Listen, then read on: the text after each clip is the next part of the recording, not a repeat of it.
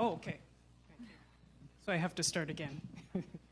Good afternoon, everyone. My name is Kike Roach, and I'm the Unifor Sam Gindin Chair in Social Justice and Democracy here at Ryerson. And we're really pleased that you could join us this afternoon for a special session on NAFTA. If you haven't seen already, there's some food available in the back. Please help yourself. And we would like to thank our co-organizers and sponsors for today's event. In particular, we'd like to thank Laurel Ritchie and Winnie Ng of the Good Jobs for All Coalition, the Department of Sociology, the Faculty of Arts and Faculty of Community Services, as well as the Jack Layton Chair, who will be our moderator today. And before we begin, I'm going to, as is our custom at Ryerson, read an equity statement as well as a land acknowledgement. And I'd also like to say a special welcome to Peggy Nash, who's joining us as a new distinguished visiting professor here at Ryerson, as well as a welcome to John Cartwright of the Toronto Labour Council. Thank you very much for joining us today. Toronto is in the dish with one spoon territory. The dish with one spoon is a treaty between the Anishinaabe, the Mississaugas, and the Haudenosaunee that bound them together to share the territory and protect the land. Subsequent Indigenous nations and peoples, Europeans, and all newcomers have been invited into this treaty in the spirit of peace, friendship, and respect. The territory that the dish refers to is sometimes called the Bowl, and it represents what is now southern Ontario from the Great Lakes to Quebec and from Lake Simcoe to the United States. We all eat out of the dish, all of us that share this territory with only one spoon. In other words, we have to share the responsibility of ensuring that the dish is never empty, which includes taking care of the land and the creatures we share with it. Importantly, there are no knives at the table representing that we must keep the peace. Our equity statement today is based on the Ryerson Students' Union equity statement. Solidarity is based on the principle that all members are equal and deserve mutual respect and understanding. As members of the Ryerson community, mutual respect, cooperation, and understanding are our goals. We should neither condone nor tolerate behavior that undermines the dignity or self-esteem of any individual or creates an intimidating, hostile, or offensive environment. It's our collective responsibility to create an inclusive space for discussion and dialogue. All forms of discrimination and harassment will not be tolerated, nor will hate speech rooted in, but not limited to, anti-Indigenous, Islamophobia, anti-Semitism, sexism, racism, classism, ableism, homophobia, or transphobia. We all have an obligation to ensure that an open and inclusive space free of hate is established. If you're not here in a spirit of understanding and good faith, or if you've violated this understanding, you will be asked to leave. And I think it's especially important that we read that equity statement in the climate that we're in now. I'm going to ask Ken Moffat, who's a professor in the School of Social Work, and the new Jack Layton Chair, to come and, yes, a clap for that, to come and introduce our two fabulous speakers for today.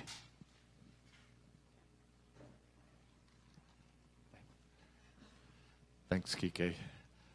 It's an honor to be here and to present to you our two panelists today.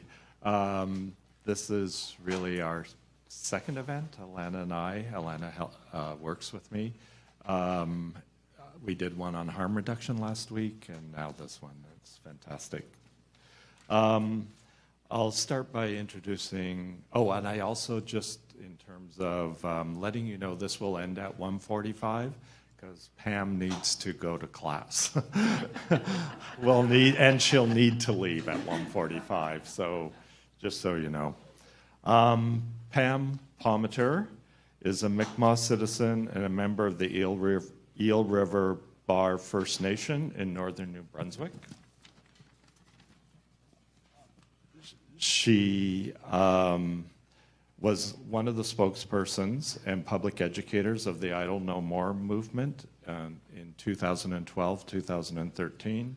She's been recognized by many awards and honors, including Canada's top visionary women leaders, lawyer, and the most influential lawyer in human rights category, and the UNB Alumni Award of Distinction. There's many things I'm skipping over in this bio.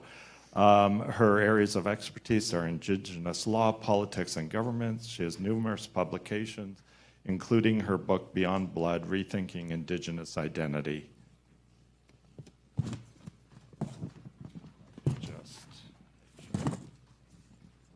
And importantly, Pam is the chair in Indigenous Governance here at Ryerson University. Our second speaker, Monique Simard, is a union leader in Quebec, co-founder of her union's women's committees, a documentary filmmaker, winner of the 2017 Doc Mogul Prize at Hot Docs Festival, head of the NFB French programs for a number of years, an elected member of the Quebec Provincial National Legislature in the 90s. Until recently, she was the head of the Cultural Funding Agency in Quebec, SODEC, an advisor to NAFTA negotiators, an activist helping to organize others to speak out about NAFTA's cultural and digital economy issues. So you can see we have a distinguished panel, so I'll hand it over to you. Thank you. So, you start. And just to let you know, the two panelists will speak, and then we'll have a Q&A period after. Good afternoon. Bonjour et bienvenue à Ryerson. Kwe Nin Deloise Pam Palmater. I'm from the Sovereign Mi'kmaq Nation on unceded Mi'kmaqi territory, and it really is an honor to be here today on Indigenous territory. Knowing that I'm a guest in this territory, I take that responsibility very seriously, and so I don't purport to speak for Indigenous peoples here. And I just want to thank everybody that's already been mentioned for including an Indigenous woman's voice, because part of reconciliation is actually recognizing that there are experts and academics and leaders and activists in all walks of life, including Indigenous peoples and specifically Indigenous women. More often than not, we're excluded from the big ticket conversations like national economy, national security, international trade, and things like that. So thank you. I think it's important that we have reflect a variety of voices. And that's what we're here to talk about today. But we actually first have to deal with the Trump in the room. And I mean, the reason why there's been, you know, a renewed interest in NAFTA amongst those of us who are not necessarily organizing, there's been lots of questions from the general public who don't have a background in trade agreements, is because of Donald Trump and his very public condemnation of the NAFTA agreement. I mean, it's just one of many things that he's put on his list of things to kill, like, you know, Obamacare and birth control, Planned Parenthood, but NAFTA was definitely his target. And he had said it is because it is the worst trade agreement in U.S. history. And then I find myself going, well, you know, it is a pretty bad agreement. And I'm tending to agree with him on that, but for very, very different reasons. Yet, while President Trump has been very critical of NAFTA, of not being good for the U.S., our Canadian Prime Minister and the Mexican President have, in fact, been trying very, very, very hard to get NAFTA negotiated and re-signed. So you have to wonder, what's the difference between these three countries? Why are they rushing to NAFTA? What is it that's so great about NAFTA? And I mean, NAFTA at its very basic is it's a legal agreement. It was signed in 1994, and the basic concept is so that these three countries could trade and not have tariffs on their products to promote and facilitate trade. And although NAFTA is a trade agreement, it was promoted by all three countries when it was being negotiated and first signed as an initiative that would increase the welfare of all three countries. And they sold it that way, and they promoted it that way. And it wasn't just these 3 countries' politicians, it was all of the transnational corporations that are tied to these international trade agreements that were promoting it as being something that would be the benefit to everybody, would literally improve your standard of living. However, more recent studies that have done long-term analysis on NAFTA have said that NAFTA is not the economic savior that it was promoted. That in fact the welfare, the general welfare in Canada has gone down since the signing of NAFTA. Now, you can find as many different lawyers and economists with lots of different opinions. However, there is very good evidence that shows that if you are able to isolate NAFTA, that it has a negative effect. And not just in Canada, which is part of the problem, because you have to remember that the US and Mexico are also our partners. It's had a devastating impact for workers' conditions and workers' wages in Mexico, and community farms have been lost because of the implementation of NAFTA. So it's not just about what's happening here in Canada. We also have to recognize what's happening to our partners. And the other issue that transnational corporations try to say that, trade has increased under NAFTA. So regardless of the welfare issues and the standard of living, at least on that end, trade has increased. But it depends on the numbers. As with any statistics that you put into a computer, what comes out is as good as what you put in. And while they say that trade has increased by 11%, just for example, if you actually look at the price of imports to exports, it's decreased. So they're playing a game with numbers, and you have to wonder who's benefiting here. And it seems like at the time, when it was being negotiated, there was lots of civil society groups that were protesting against NAFTA, as were Indigenous groups, especially in Mexico. In fact, the signing of NAFTA inspired the Zapatista uprising, because they said that NAFTA would literally be a death sentence for Indigenous peoples. Now, we haven't had a whole lot of conversation about what does that mean, death sentence? Well, when you're losing your farms and your ability to feed your people, that's a death sentence. When Indigenous women in all 3 countries are going murdered and missing around man camps and extraction development and by transnational corporations attached to NAFTA, that's a death sentence. When you kill the environment, it's a death sentence for the environment and for the plants and animals. So it seems like Indigenous peoples and civil society allies knew a lot ahead of time, what the problem was. That being said, Indigenous peoples have never been against trade in general. In fact, this country was founded on trade with Indigenous peoples. It's how that trade is done, who's in control of trade, what the protections are, who's benefiting, and who's suffering from it.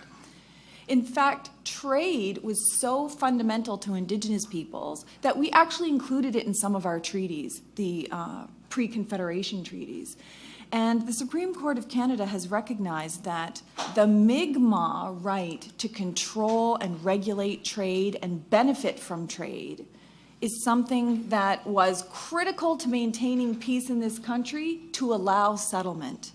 So when you think about that, you're talking about Indigenous jurisdiction, Indigenous laws, and Indigenous management of trade. Something that has not been recognized in this country. It is seen as a national interest that's primarily managed by the federal government. But it was supposed to be about mutual trade. And now those treaties are actually constitutionally protected. So our constitutional right to manage trade and have a say in trade and have our laws manage trade are constitutionally protected. That's what's the core of this country. And I think it's a conversation that hasn't been had, and it could be a strategic way in which to challenge things like NAFTA, TPP, CETA, and all of the other international trade agreements that are either signed or coming down the line. And that's important because we need as many strategies as possible to challenge this. That said, without Indigenous peoples being part of the negotiations directly or consenting to what's in those trade agreements, that means that Canada hasn't fulfilled its constitutional obligations, and it makes these agreements unlawful. I would argue that NAFTA is already unlawful because the law has developed since then, but now at this renegotiating process, no one can say that they're not aware of Section 35 and that Aboriginal and treaty rights are protected and that the standard is consent. The Supreme Court of Canada has said, yes, there's a duty to consult and accommodate, but the standard over Aboriginal title lands, which is vast swaths of Canada, and all of the resources and economies within them are subject to consent of Indigenous peoples. Now that Trudeau has said that he's going to implement UNDRIP, the critical provision in UNDRIP, the United Nations Declaration on the Rights of Indigenous Peoples, is free, prior, and informed consent. It's not consultation, it's not talking, it's not an information session, it's consent. And so far there has been zero process to even engage with Indigenous peoples. And certainly appointing a token Indigenous person to a committee that provides advice to a minister who is not at the table even drafting NAFTA without any mandate or authority, and that's the National Chief of the Assembly of First Nations, Perry Bellegarde, who has no international trade background, that does not dispense with consent. The Mi'kmaq Nation hasn't consented to this. So this is something that one of the ways in which we're thinking about how to challenge that. The other issue is around the international human rights. So unfortunately, for so long, Indigenous rights have not been considered human rights. So we had to kind of restate what human rights are for Indigenous peoples to put us in the same category. But neither human rights nor Indigenous rights are included in these agreements in a way that makes those laws paramount. So you might get passing reference to issues around public safety or protecting women's rights or gender equality or diversity, but none of these agreements make human rights or Indigenous rights paramount or part of the framework. So what happens then is when there is a dispute, the handful of international trade lawyers who do the arbitration part is called ISDS, International State Dispute Settlement.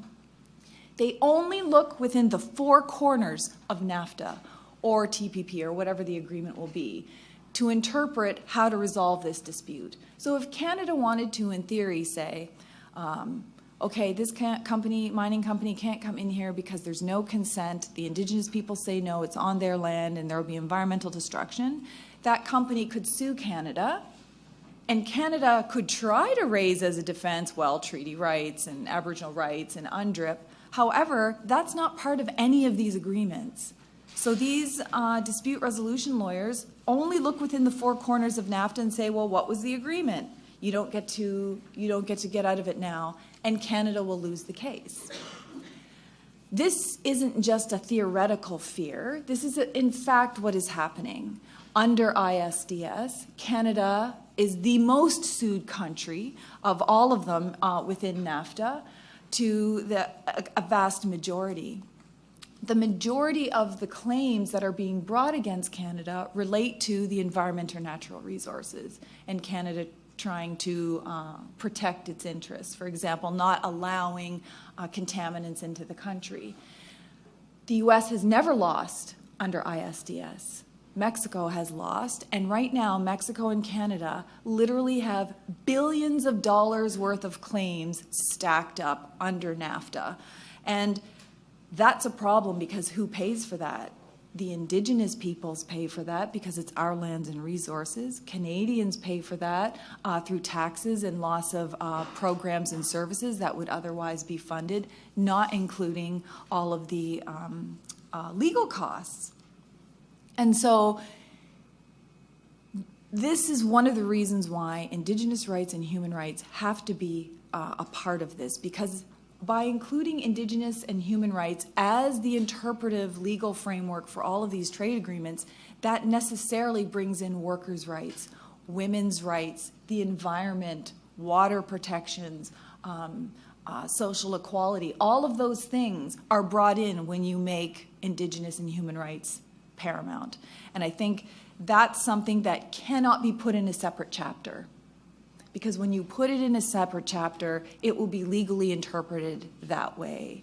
And so far, it tends to be fluff, what they protect. You know, we'll protect your Indigenous culture, but they don't get at the heart of land rights and resource rights and self-government rights, or even the right to have a say, our jurisdiction over trade.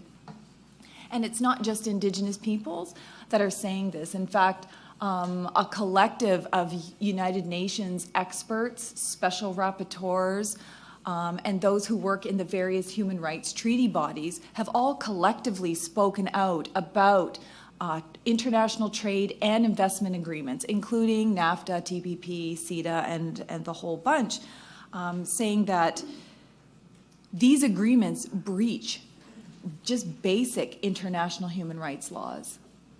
And that's a problem, because we're actually talking about international agreements, and there's no accountability mechanism. And so you have a scenario where you've got special rapporteurs that deal with everything from murdered and missing Indigenous women, the disappeared, food security, democracy, judicial independence, the environment, food, water. I mean, the whole range of specialties at the United Nations have all collectively spoken out about this and saying that that human rights and Indigenous rights need to be at the core. So it's not just rhetoric, it's actually based on their international experience, especially with transnational corporations. Because for anyone who doesn't know the legal scenario around transnational corporations, let's just pick on Hudbay Mining, because they always pick on me. Hudbay Mining is a Canadian mining company. However, it's transnational because it also works in other countries to do mining, like Peru and Guatemala and other places like that. When they commit, I would say not just human rights violations, but actual crimes, when they murder people or rape people or burn out their villages or anything like that, Canada says, well, we can't interfere with the sovereignty of that country. We can't go in there and do anything because that country is sovereign. We have no control over that company. And then the country where it happens says, well, we can't do anything to this company because it belongs to Canada and we can't interfere with the sovereignty of Canada.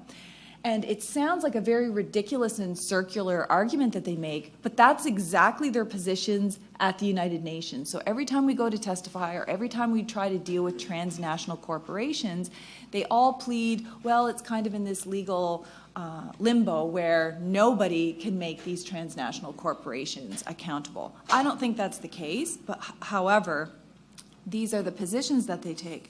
So if we're going to do something with NAFTA, we have to look at really who's benefiting. You know, aside from the financial benefits from these countries, it's primarily transnational corporations. It's primarily transnational corporations who are behind the negotiations, who are behind the drafting of these things, and who are behind the promotion of ISDS. Take it out of the country's laws and legal frameworks and put it in the hands of some trade lawyers, because then they will be pro-transnational corporations. In all of this, the voices of Indigenous peoples and civil society are primarily subdued to the mainstream conversation around what kind of great amendments are we going to get into NAFTA? Who's going to benefit? Is it going to be the beef and pork industry? Is it going to be the auto workers? Without any question around, should we be re-engaging in NAFTA? And if so, what are some fundamental changes, not just the automatic assumption that it benefits everybody? What do we do about all the significant harms? How do we mitigate and prevent those harms? How do we address the increasing number of murdered and missing Indigenous women attached to oil sands, pipelines, mining camps, man camps in Canada, the US, and Mexico? And the US has one of the largest numbers of murdered and missing Indigenous women attached to activity that is attached to these international trade agreements. And they have not done a real gender-based analysis of any of these agreements or a harm reduction analysis on any of these agreements. And that's part of the problem. we're just going ahead as if the money for these transnational corporations trumps everything else. Pardon the Trump pun. So for Indigenous peoples, at least the ones that I am working with around the world that are engaged in this, from Mexico, Canada, and other countries, including the Maori in New Zealand, who have significant concerns around this, are saying that, first and foremost, Indigenous and human rights have to be at the core of these agreements, or it's a no-go, regardless of what perceived benefits are in it. It just can't go ahead. That there should be a moratorium on any and all negotiations until they start a process of actually consulting with Indigenous peoples and seeing if they even have consent. I mean, that should have been started many, many years ago. And that there needs to be a democratic process, and this is something that the UN promotes, a democratic process whereby Canadians get all of the information, they have time to talk about these things, and to see whether there's even a social license for any of these international trade agreements. So it's not just Indigenous peoples that should be talked to and a part of this, and how it should be amended.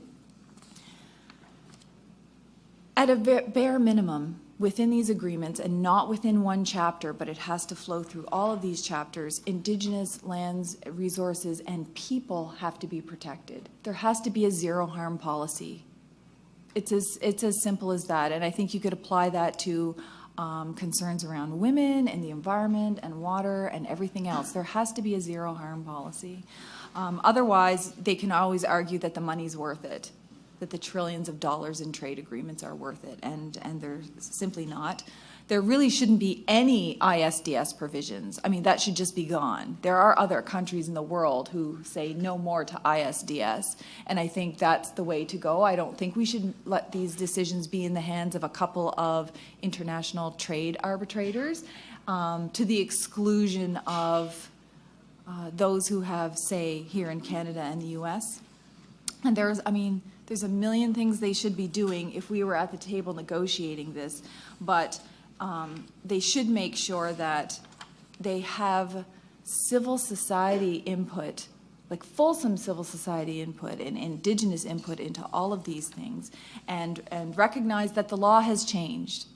Even though this also reflects the law when it was signed, that the law has categorically changed, the world has changed, and we need to take steps now to make sure that these agreements don't do any harm, just for the sake of transnational corporations making lots of money and taking it out of our countries. So thank you. That's my 20 minutes.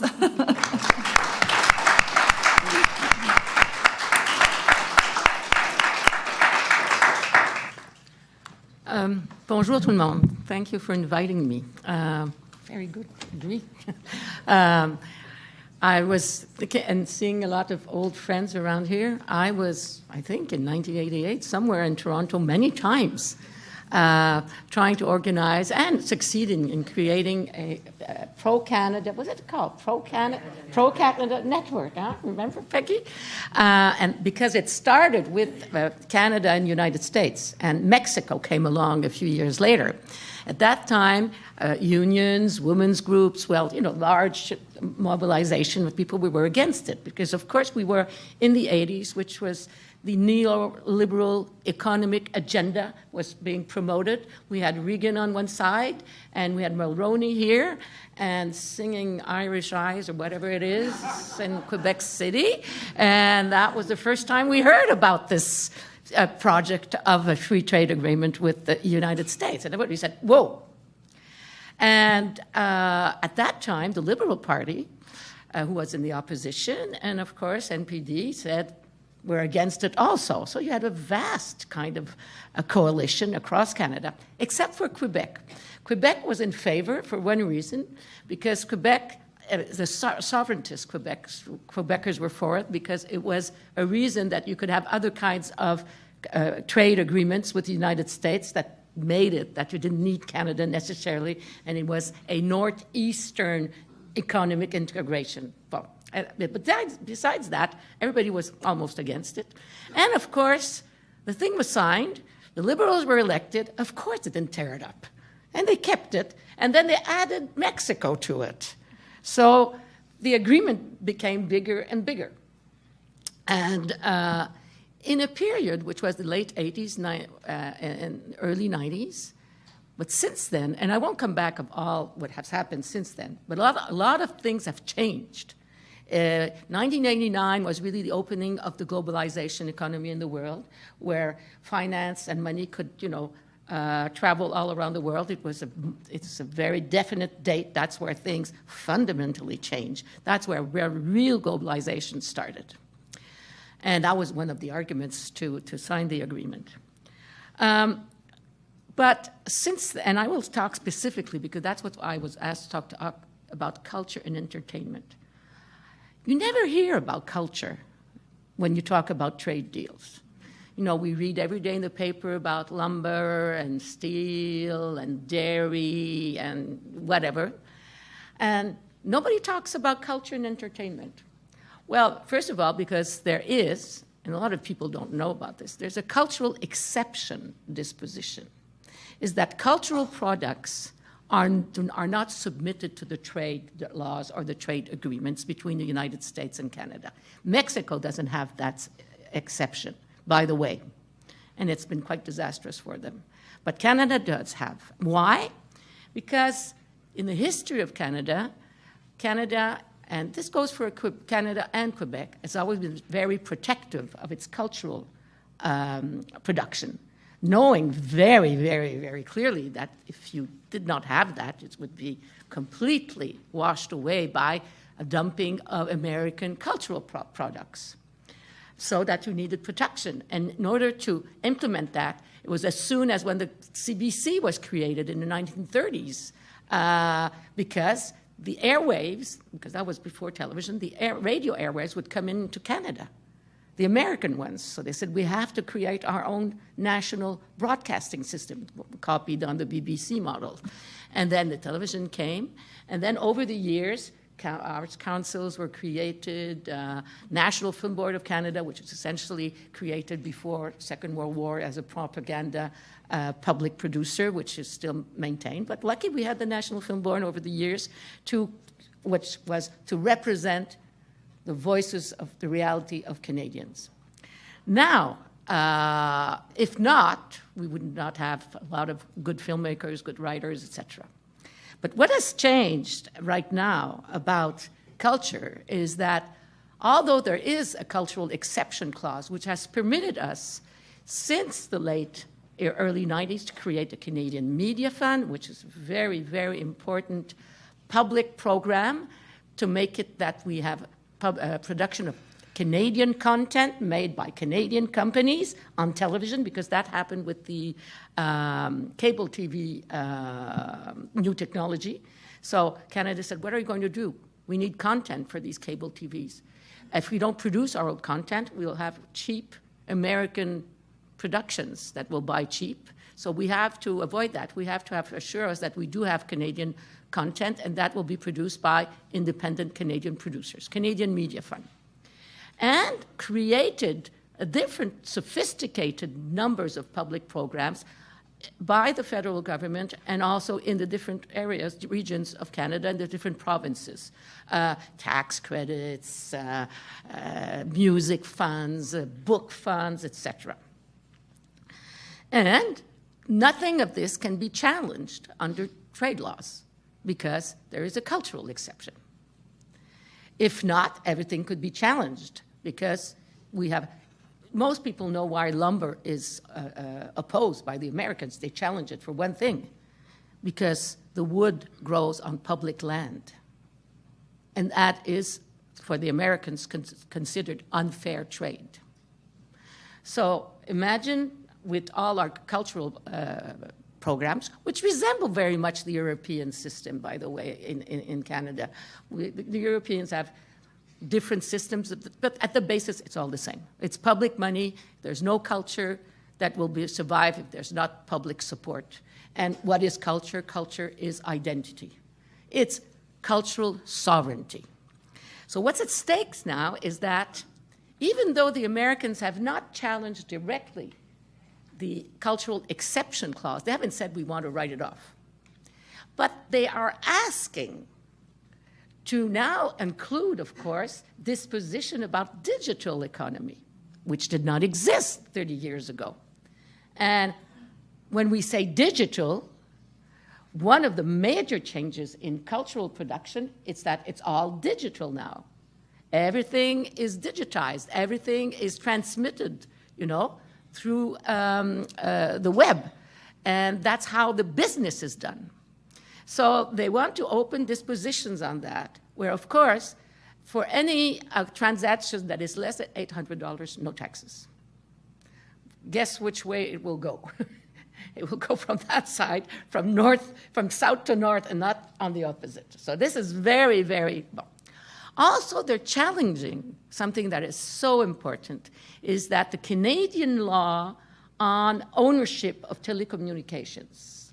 So maybe, remind you that there's a Canadian law that forbids foreign ownership of telecommunications.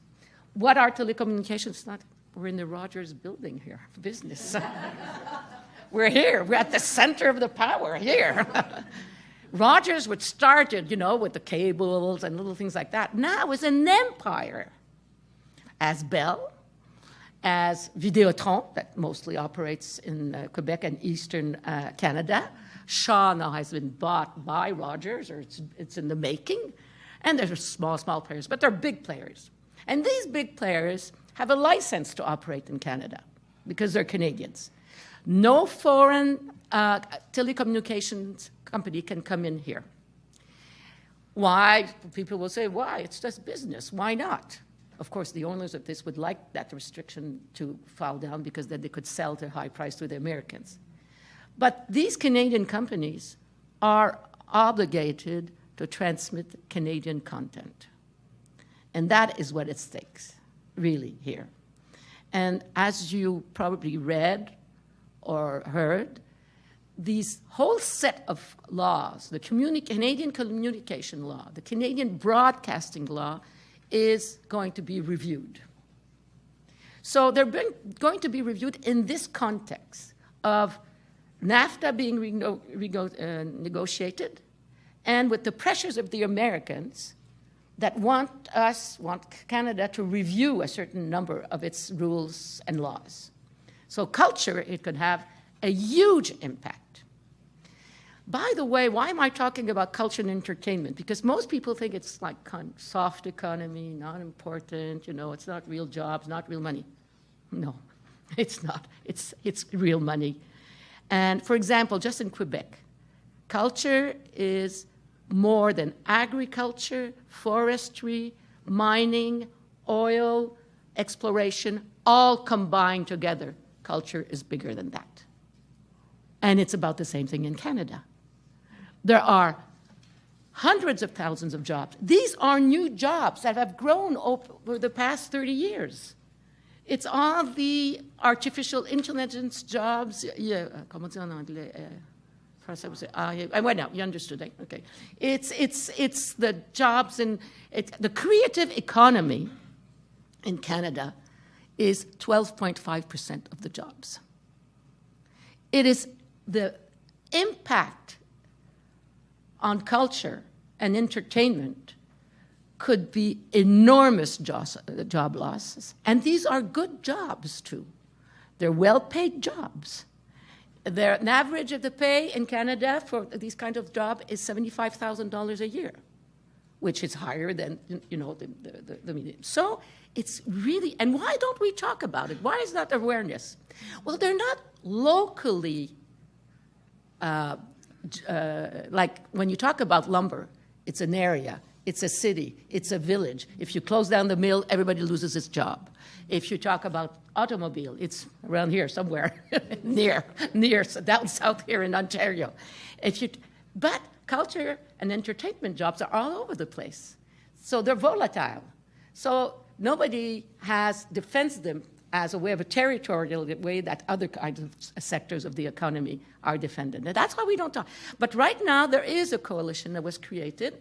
And fortunately, They all agree in Canada. Canada and Quebec, this is really important. That has to be the same voice and the same message on this issue has to be the same, because sometimes, it's very easy to split Quebec and say Quebec, they agree, and Canada doesn't, or the opposite. Well, on this, everybody agrees, because the economics of it are exactly the same.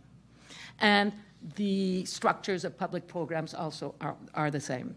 So this has to be understood, spread, because somebody said I'm not an advisor. I analyze what they're doing. And I talk sometimes to the Quebec negotiator, who doesn't really get it, by the way. He thinks I'm too alarmist. I said, no. Because these trade deals, and I so agree with you, are the most undemocratic processes. It's behind closed doors with specialists that use a vocabulary and a language that most people don't understand. And they can change your lives. They can change everybody's lives. And we don't know anything about it. By the way, we haven't read yet the small print of the Pacific Agreement that has been signed, 2 or 3 months ago? We don't know what really is in it. We've been told that this is it, in it, this is it, but we don't know really. And it's signed.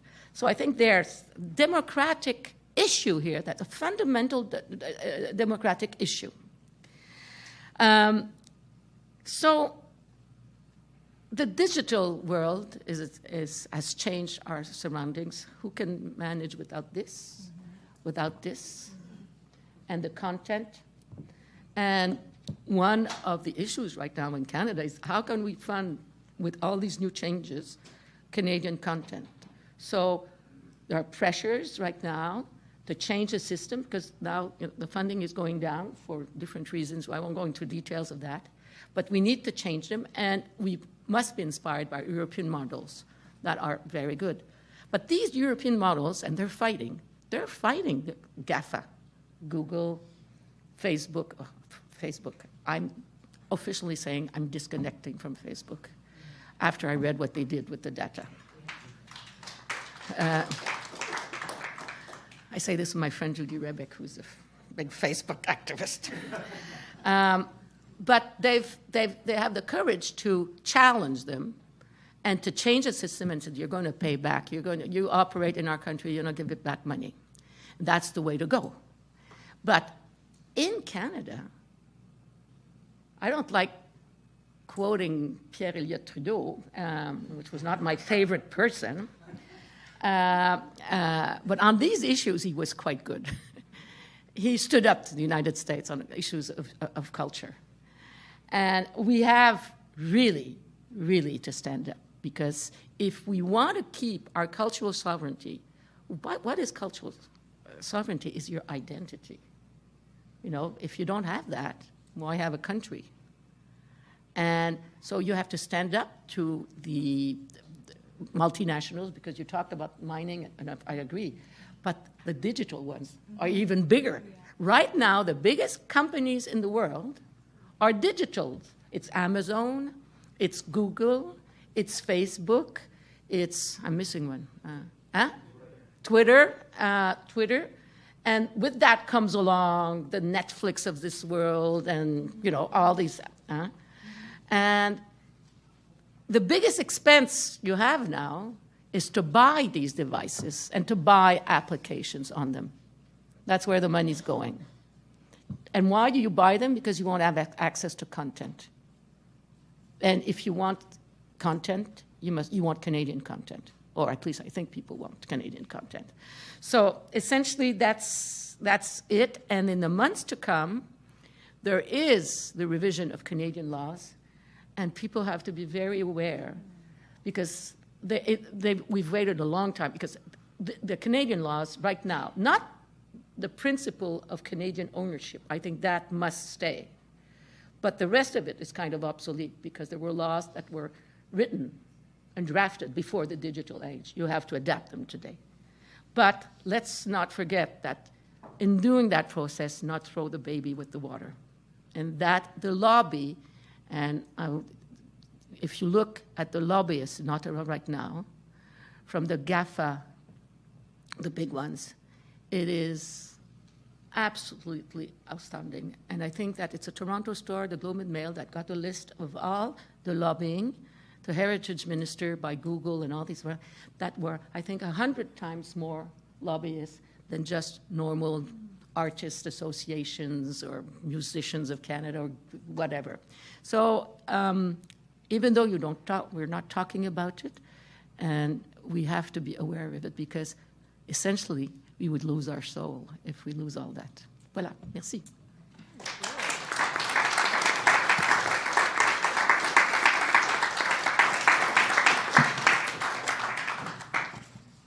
So we're going to open it up for discussion. I'll move to the front in case you need help with hands. Anybody? Oh, there's a question over There.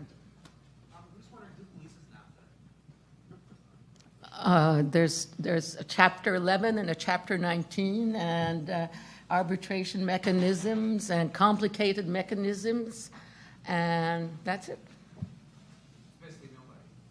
Well, Yeah, so one of the problems is that most issues are purportedly resolved in ISDS, which is just about one country or one company suing a country for money, which isn't really policing about the effects of NAFTA or who's benefiting or who's not.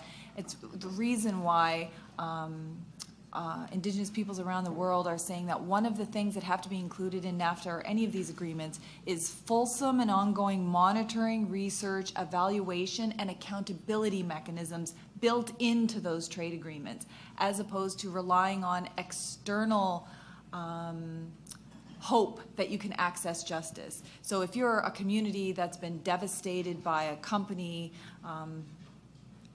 that's attached to a trade agreement, who do you go to and where's your supports? And you need more than an ombuds person, to look at your issues. You need access to justice, and that's not properly built into any of these agreements. So we're saying that there has to be an accountability mechanism as well as ongoing monitoring by outside people, not just a transnational corporation who's appointed to an accountability or oversight mechanism. We need independent civil society and Indigenous oversight on these things.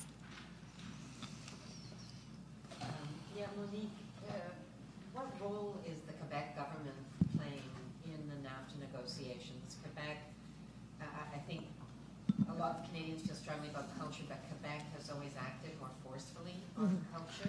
So I'm wondering what kind of what kind of presentations, what kind of emphasis they're making in these current negotiations. well, I think that as soon as we knew that there would be reopening of the agreement, rapidly all the cultural associations, producers association, artists association grouped together and with SODEC. At that time I was head of SODEC. I said, well, my responsibility as SODEC is to support private enterprise and culture. So I considered my mandate to open awareness on this issue with everybody. So we did ask because there's no provincial negotiators, they're observers. So each province has an observer. So our guy is Raymond Bachand, used to be Minister of Finance a few years ago. So he's the observer. So we really challenged him. And with time, we got all the Premier of Quebec, Couillard, to commit publicly that till their last breath, they would not concede anything on culture. I think Mélanie Joly has said a few declarations also. But it's a question of pressure. Pressure, because right now it's the pressure in a period where you have to adapt the rules and regulation, and of course the pro-deregulation, which are the big ones, are pushing and lobbying and saying, well, and of course the other ones have to push not for status quo, because status quo it's obsolete. Our rules and regulations right now are obsolete, but you have to keep the values and say adapt it, so we won't lose everything. But you have to remind them all the time. And of course, when push comes to shove, in the end of these things, what's left on the table? You've negotiated all your life, Peggy, like me. We know that at one point some things can be dropped, or you can lose it in the details. you can lose it in the details. Okay, you get the big principle that's written there, and like you said, if it's not there, we call it the principe de base in French, and everything has to be interpreted under these principles, you can lose it. So it's, but Ontario, there's good coalitions here, and they talk, and they're putting pressure, but everything has to be questioned every week, all the time.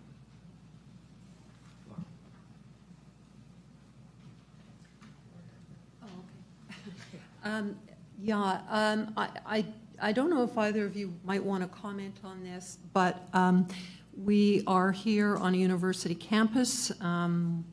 York University has a fight going on up there, a strike, supposedly back at the table today. One of the things that has also, I think, been neglected in some of the discussions around trade agreements is the interest that some of these very large corporations, and particularly I think the digital corporations, have in expanding trade in particularly in distance education.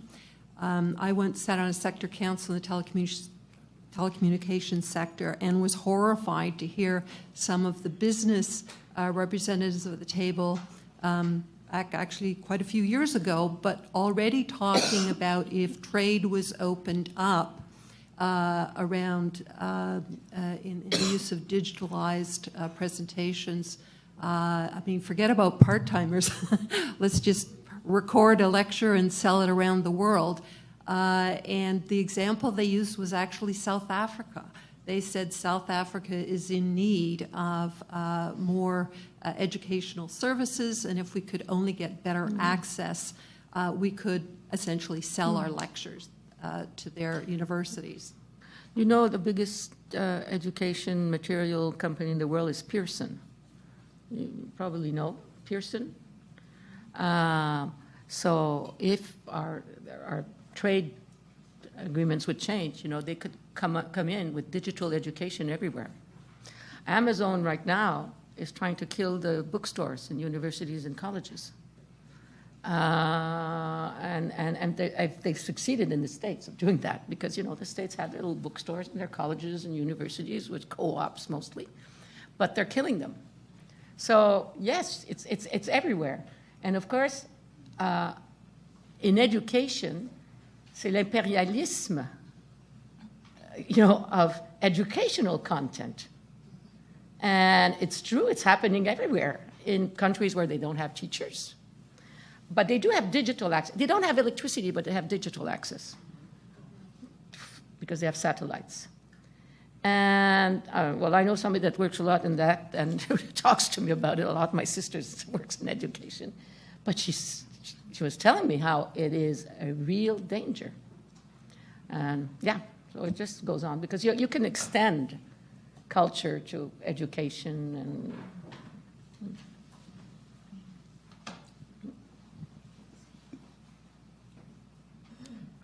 Hi, Pam, I just finished reading Art Manuel's latest book. How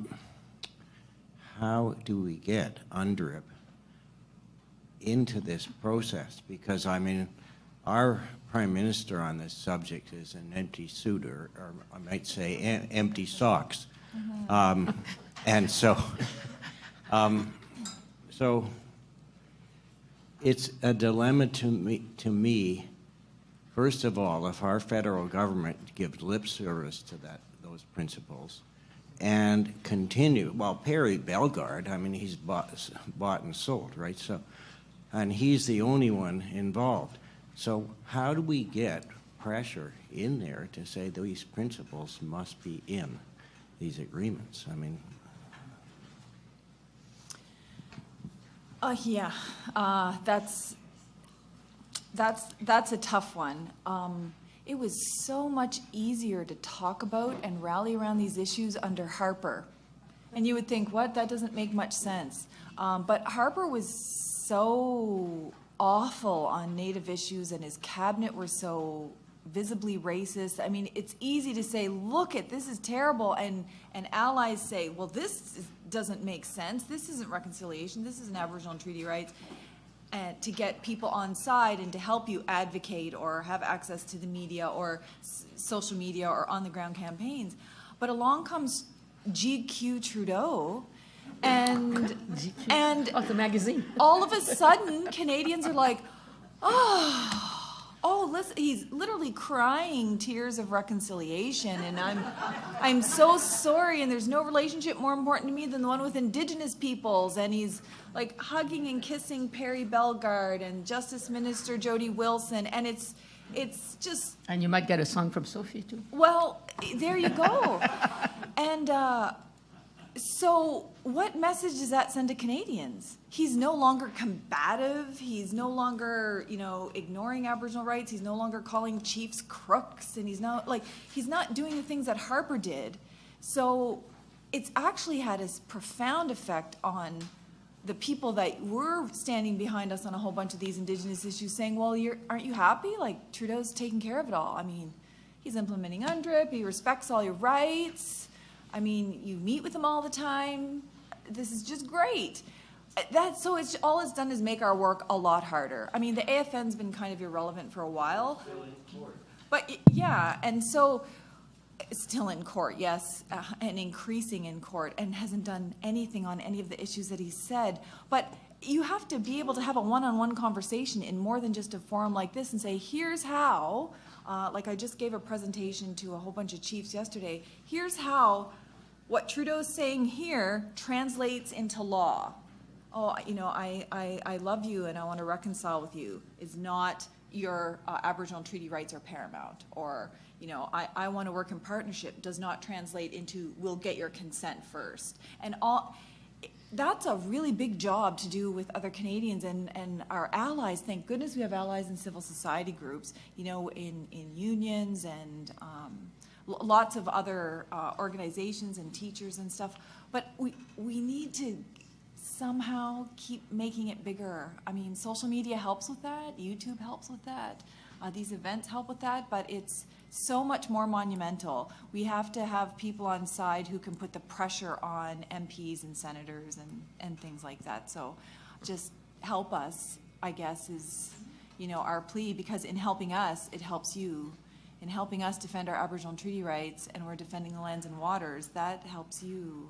And in defending Indigenous rights, it also helps with workers' rights and gender equality and all of these other things. We're really all in this together. It's just about showing Canadians that please don't fall for the nice face, because here's what it comes down to. The racist, mean, terrible hairdo guy who doesn't give your land back is fundamentally no different than Mr. GQ selfie, hide a tattoo wearing guy who doesn't give you your land back, right? One's just nicer about it, cries tears of sympathy for you, and the other one doesn't care, but you still don't have your land back. So fundamentally, we haven't made any changes in this country, and I think we need to hammer on that message. Reserve 0.2%.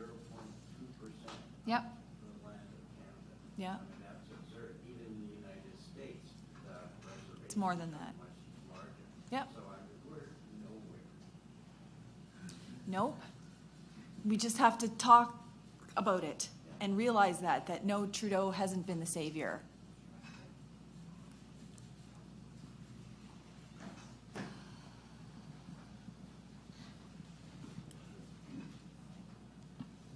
Hi, I'm just going to suggest that a good strategy would be to start writing a massive letter campaign to the editors of all the newspapers and demanding accountability from the media. We're not getting enough information through the media. And I think that's the first step. The second step would be to approach your MPs and hammer them on the issue. They don't want to talk about these things. So again, make them accountable. Is there a media clause in NAFTA? What do you mean, a media? Well, corporate ownership of media. Is that included in the NAFTA? I think that's cultural exception. It's considered a cultural exception, yeah, because there's no American ownership. And there was this huge thing, remember when Time magazine stopped its Canadian edition, and there was a whole battle around that in the 90s. I don't remember all the details, but here, there's no ownership of media here by Americans. It's all Canadian. It has to be Canadian owned, and to get your license to operate, you have to be Canadian. You have to prove that. Well, that's the thing with digital, and you can have access to anything you want, but you have to buy the application or rent, get a subscription and pay every month, or like Netflix. Of course, Netflix is not Canadian, and you pay $10 a month and to get Netflix. And I think that's an old issue about the media, and the media also is, like printed media is in very bad shape right now, and they're asking for help to the federal government. Federal government has handed out a bit of money for local.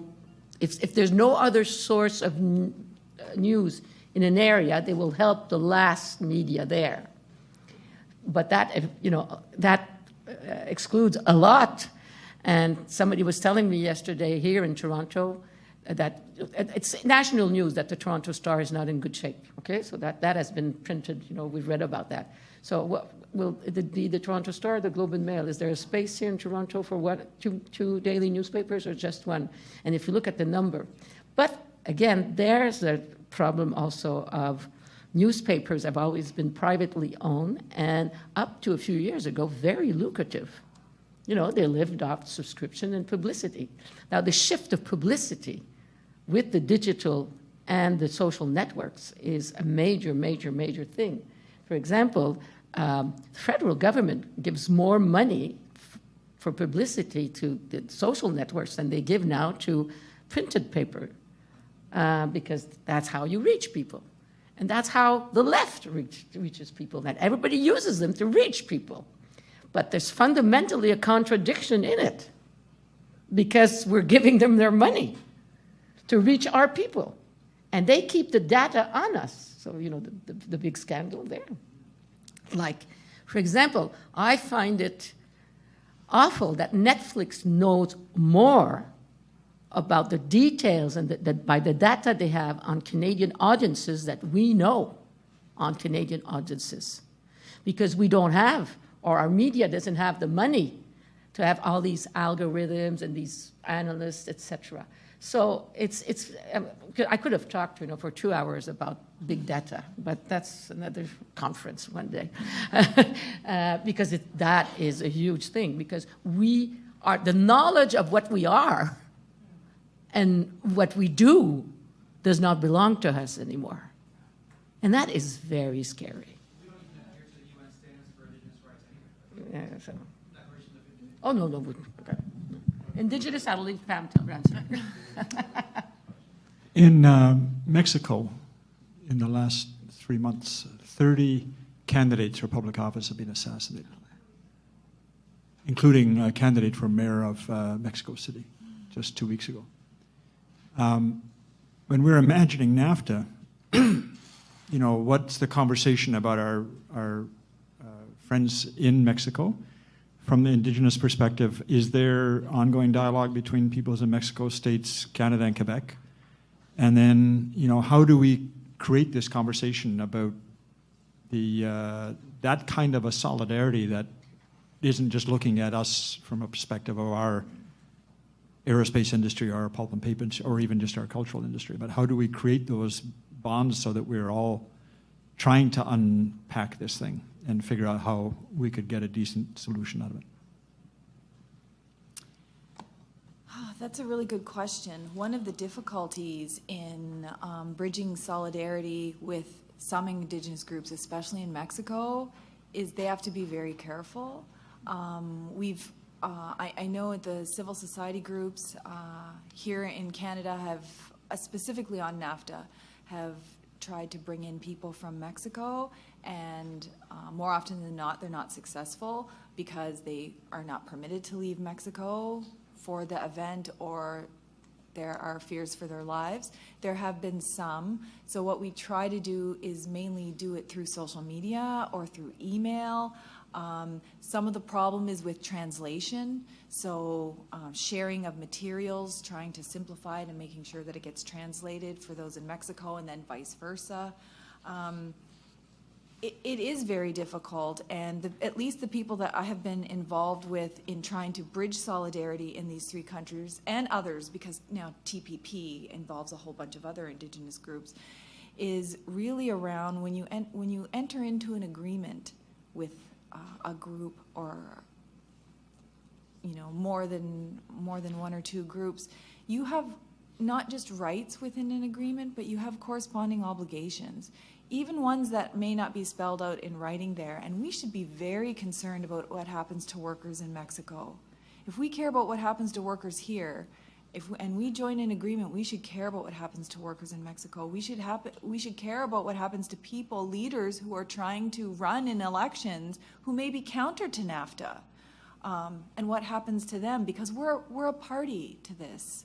And it comes down to resources and access and being concerned first and foremost about their safety. And so letting the people that we know tell us the ways in which they want to engage and when and how, because it is very much a matter of safety. And we have some concerns under TPP in that same area, and where that's going to head to. But that's why allies are really important, because unions may have access to unions in Mexico, or employee groups in Mexico that we don't have access to, or teachers may have access to teachers in Mexico that are connected to people in these ways. So we try to do it sometimes indirectly, so as not to point directly at the activists. People who work with those people under different guises, for example. It's hard when we're in a scenario where we all know that we're very much monitored, anti-terrorism and all that business. So it's a challenge, especially around safety. We don't want to make it any worse, but we also want to lift up their voices, because Mexican media doesn't show just how many protests there are, just how many people are actually in the streets against NAFTA and TPP. And you only hear about that from the Mexican activists with their pictures and documentation. And look at what we've been doing. We got 20,000 people out in the streets. That's significant, but you never hear that. And so we've got to try to find a way to elevate their voices without pointing at individuals.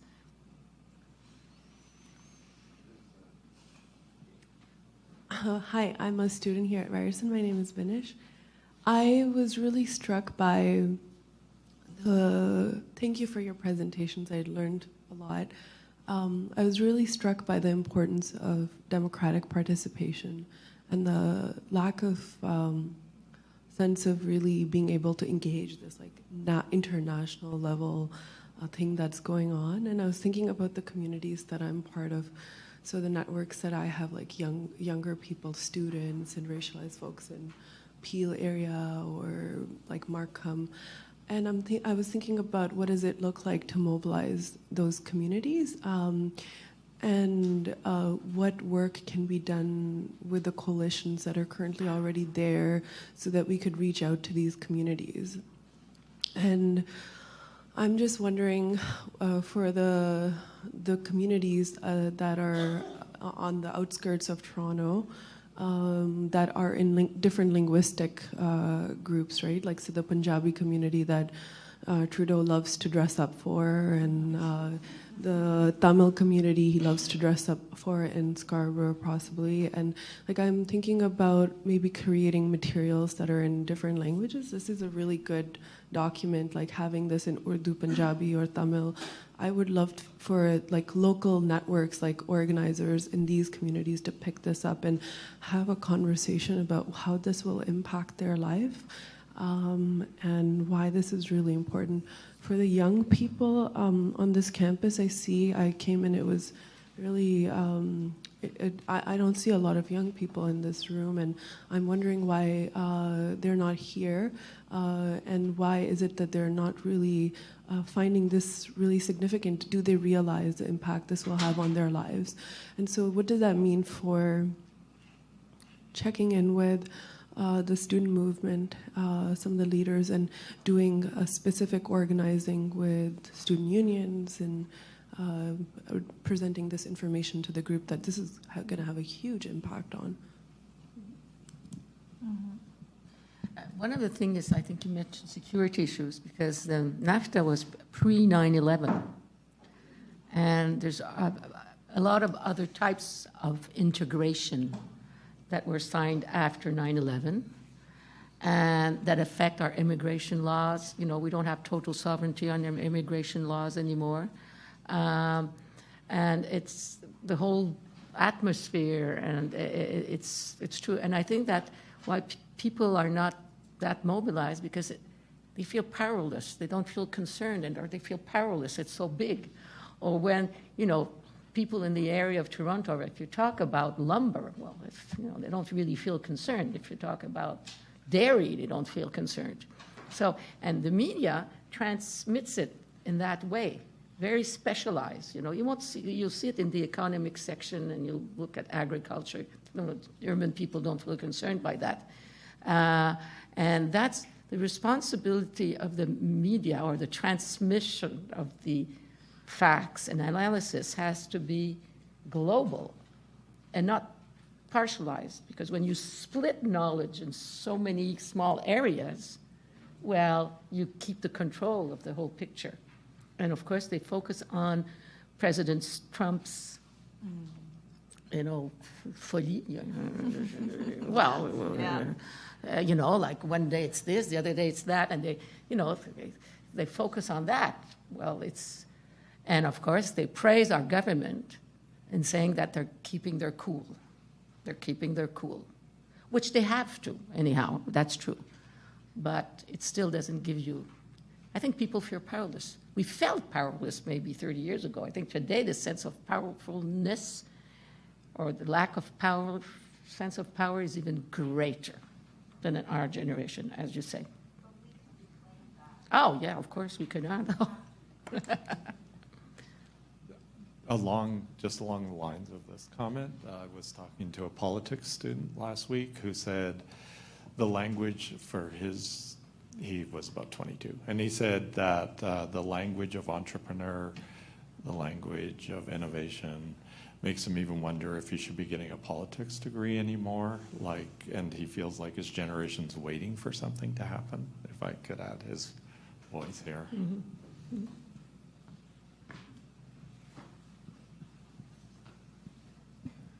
Thank you. Could either of you say something about the impact of the NAFTA negotiations on Canadian food sovereignty? Because it seems to me that the effect of dependency on food imports is much more than a matter of dollars and cents. Mm-hmm. Well, of course, you know, now you have, I think on fruits and vegetables, especially, you know, I'm not a specialist of that question, but we hear about the dairy, you know, the highly regulated dairy, highly regulated wheat, and beef, but others I don't really know, but, you know, still find it, you know, now you can have any vegetable in the world in any month of the day in Canada, so I don't, and it's with Mexico also, so I don't know that much about it, so I don't want to make mistakes. But it's really, it seems to be, just as a consumer, to be totally integrated. You know, you look at a pack of what you know, Mexico beans or Mexico potatoes or whatever. But agriculture is still less than 2% of the economy. Remember that.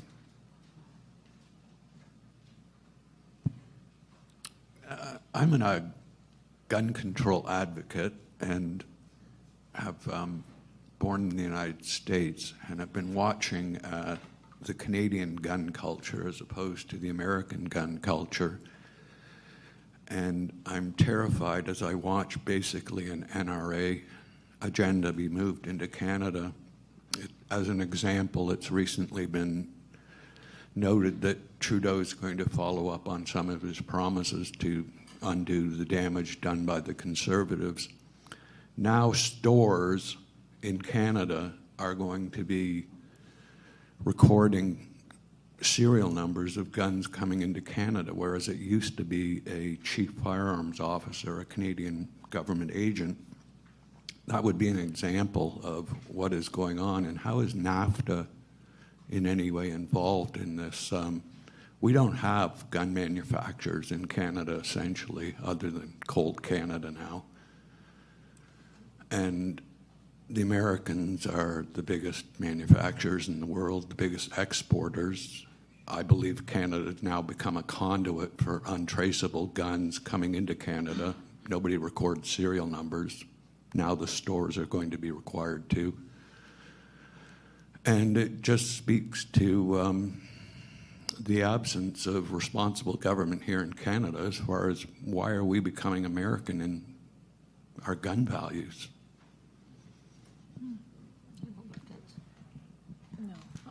I don't know anything about guns coming in. No, I think I don't really know. I know one thing though. When the Harper government abolished the gun registration, Quebec decided to maintain it, and they said we want the data of the Quebec ones, and Quebec had to go to the Supreme Court to get it. No, they won.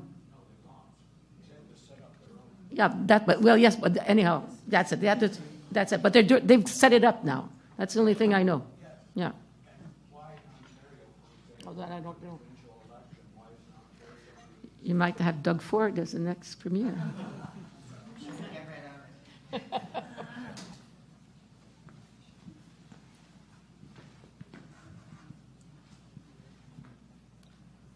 I want to come back to culture because, of course, we've got a problem on the other side, which is these monopolies like Bell and Rogers that keep artificially high prices.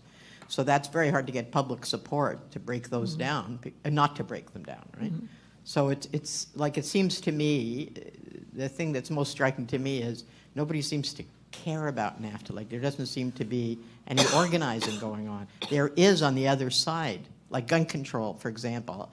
I don't know much about gun control, but I was just in a meeting with somebody who does. And the pro-gun people are really lobbying very hard, and there's very weak on the other side, right?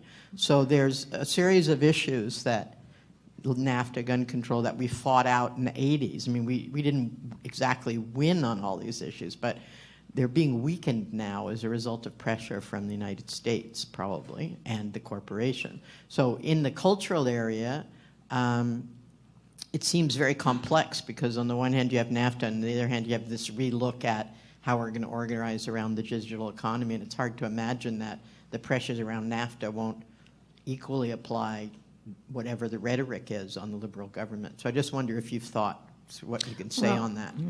Well, because it doesn't seem to me anybody's really that organized, certainly not visible to me, that there's much organization around these issues. Well, I think but first of all, this is quite a sudden thing, you know. We're what, March 19 today or 20th? It just happened a year ago. Like that, boom. So to get around it, and a lot, and especially in culture, people don't feel concerned. You know, they were not in a trade thing, so they just don't care. You don't even know. So I think that's one of the explanations. So you have to mobilize, first of all, do information sessions of what is trade, what is free trade, what is this. About the prices we pay in Canada, well, it's the price to pay because we're a very low population and big territory. It's infrastructure cost. And at one point, you have to pay for that. You don't have the concentration of it's infrastructure, it's cables, it's technology. And of course, you have concentration in Europe. So of course, in Europe, it's much cheaper to have your subscription. Here, it's the infrastructure. And what is awful is that they're playing that it's so costly for the consumer, and they don't talk about our independence and sovereignty, because that's not things people talk anymore about, and politicians don't talk about that anymore. There was a time when people did talk about it, and that, we're a different country, we have our own identity, we want to have our own institutions, and that is the price to pay to keep them. And because the American, you know what they're doing in Brazil? Okay, this is a real story about Netflix. Netflix wants to expand, of course, and one of the territories was South America, Latin America. Now, in South America, the biggest country is Brazil. So, 300 million population or whatever, it's huge. And they decided to make a landmark series, which is Narcos. So who has watched Narcos here? About everybody. But the lead stars of Narcos, it's a Colombian story, an American story, but the lead star, the bad guy, the guy in Narcos, and his mother are huge Brazilian stars, telenovela stars. So then you attract the Brazilians with their Brazilian stars. Now, second problem, that's settled. Now, how can we get Brazilians to subscribe? There's no infrastructure. So not only does Netflix used to be a distributor, now is a producer, and now is an investor in technical infrastructure to get the Brazilians to get fast connections so they can subscribe to Netflix. Mm-hmm. So, of course, that they all want to come into Canada. And that's why you have, at one point, to say, no, it's real, I'm scared. I don't think there's not another word, it's scared. I am scared. And because I hear the rhetoric, and the consumer, lower the prices, and it's all integrated, North America now. It is all dangerous. So that's my explanation to that, at least, that because the people don't make the dots. And that's the media's job, by the way, put the dots, link the dots together. And I think I would just add that they actually work really hard to make sure we don't know. So when Trump was elected, don't forget, what was the first thing he did? He pulled out of the TPP, the Trans-Pacific Partnership negotiations, and the pronouncement all over the world, including in Canada, was TPP's dead. Okay? We don't have to worry about TPP anymore. Now it was all, now he's trashing NAFTA. Is he going to kill NAFTA? And what's going to happen to Canada? We're going to implode if we don't have NAFTA. And we were all distracted with NAFTA. Meanwhile, in secret, they were renegotiating the TPP with the other 11 nations. And then, surprise, we have a draft TPP, and we're going to have 30 days of public consultations, to ratify this. What? 30 days isn't enough for, international trade lawyers. It's certainly not enough for Canadians or to get information out. So they do work very hard to make sure we don't know. The media, of course, is always a problem.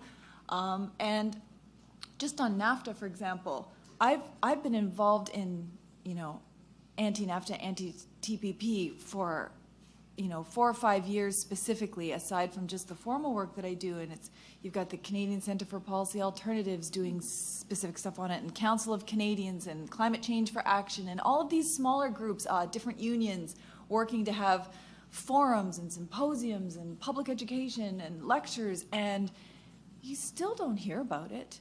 You don't know that we signed a tri-national declaration, the civil society groups and Indigenous peoples from Canada, US, and Mexico, saying, here's what we want, here's what we're demanding, here's what we need, and we had a big protest in front of Parliament. And the media was like, didn't even really do interviews. They just came to see what the big balloons were about. And so it's hard to counter the machine.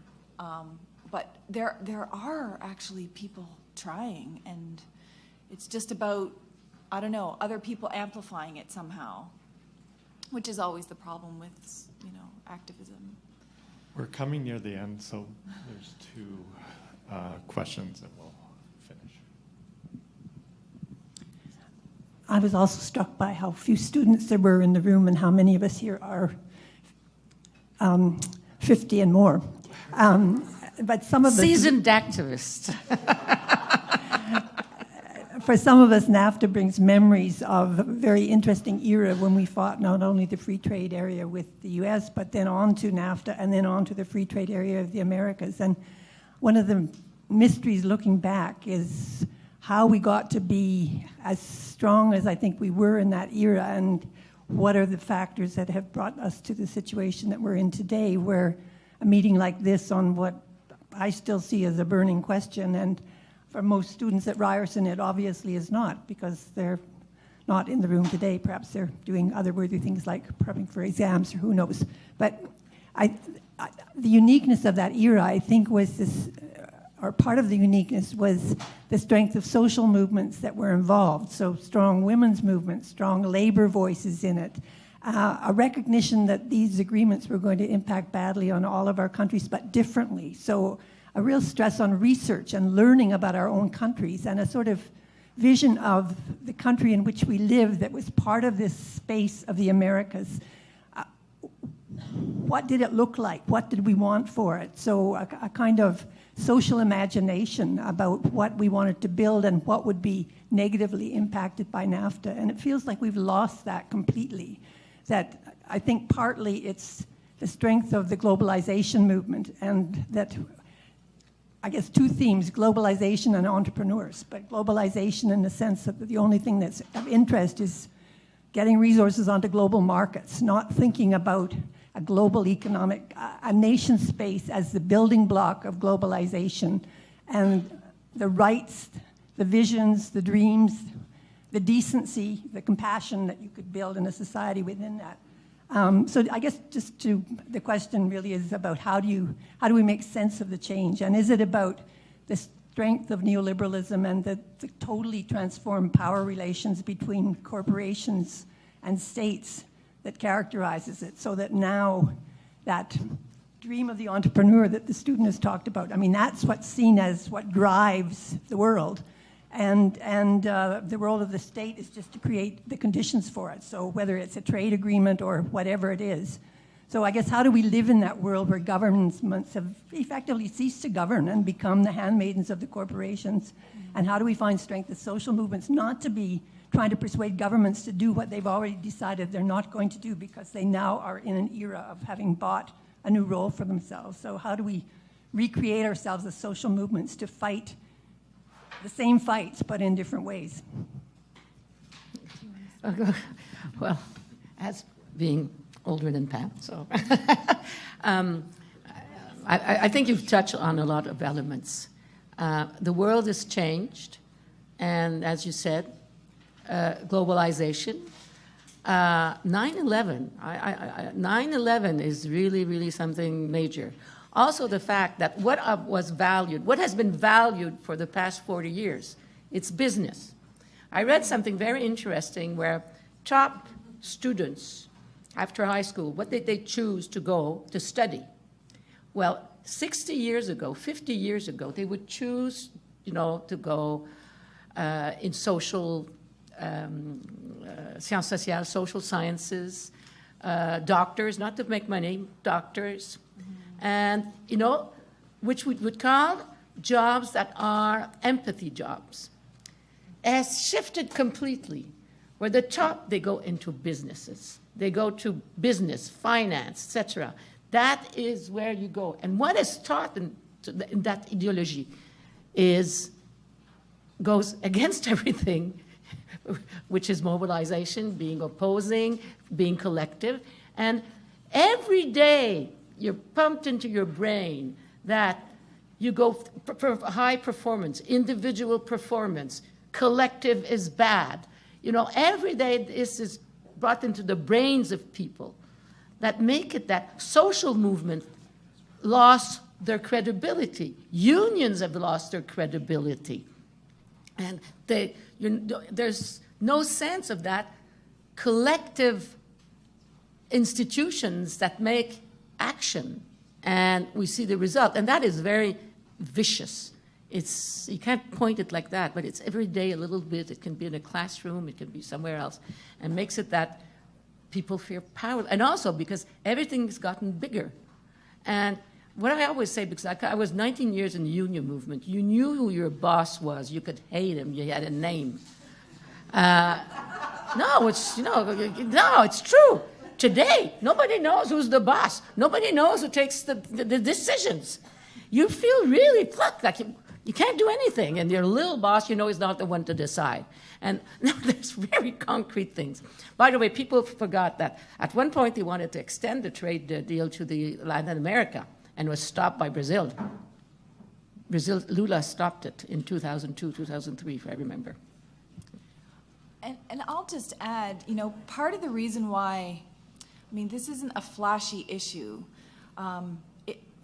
International free trade agreements and investment agreements are put under the category of economics or foreign policy and really relegated to those sections of the news, of the newspaper, of the people who are doing the commentating with very, very little analysis of the social, environmental, human issues and all of that stuff. And even when there is, it's pretty vicious debate. I mean, if you raise any issues around workers' rights, the environment, or Indigenous peoples, you're portrayed as anti-trade, and that you can't live in a global world without trade. We would all starve to death. And so it's really polarized, this conversation, because I've had these conversations in the media.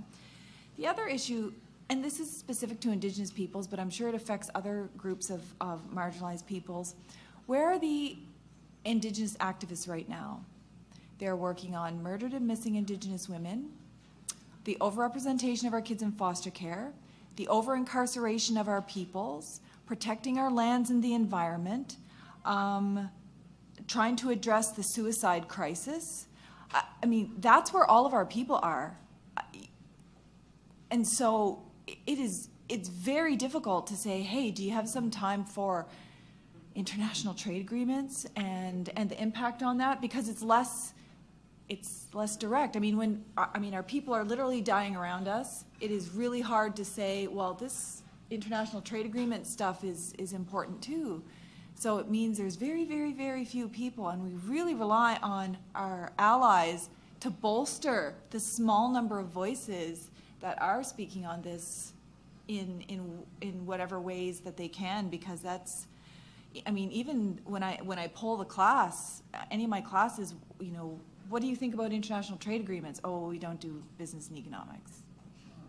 Great, because that's what it's seen as. It's just like an economic issue. And when I talk to my, you know, Native students, it's like, well, you know, my sister's child was just taken into foster care, and I have to, you know, I have to work on this, and I'm advocating, you know, for First Nation jurisdiction over foster care, and you know, these are life and death issues. Even though international trade agreements are as well, it's very, very difficult to get attention on those kinds of things when people don't see it as personal or impacting them at all. Canadians included, not just Indigenous peoples, but Canadians. How does it impact you? Not at all.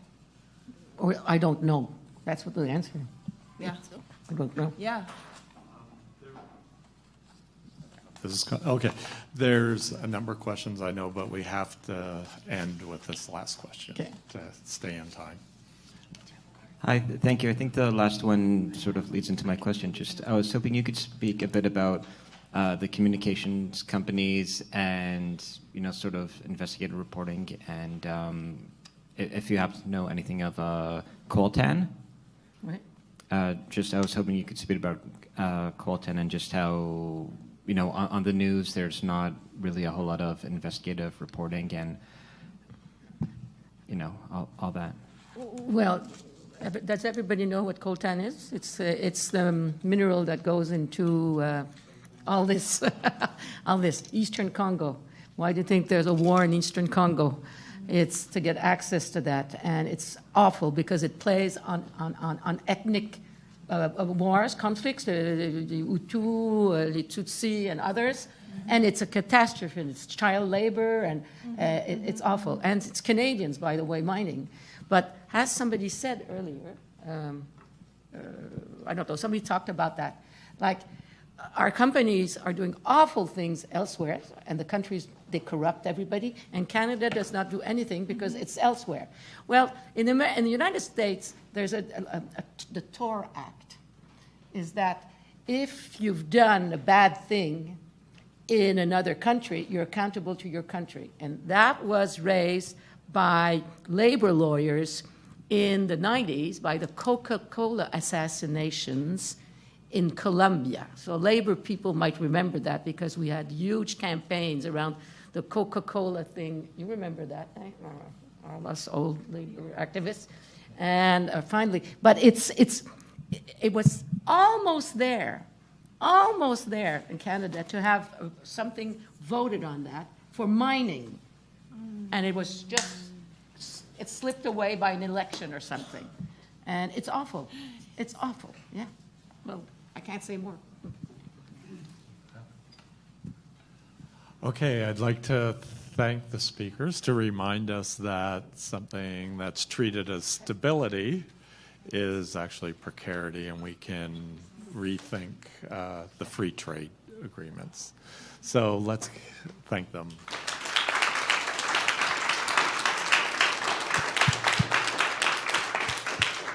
Thank you so much.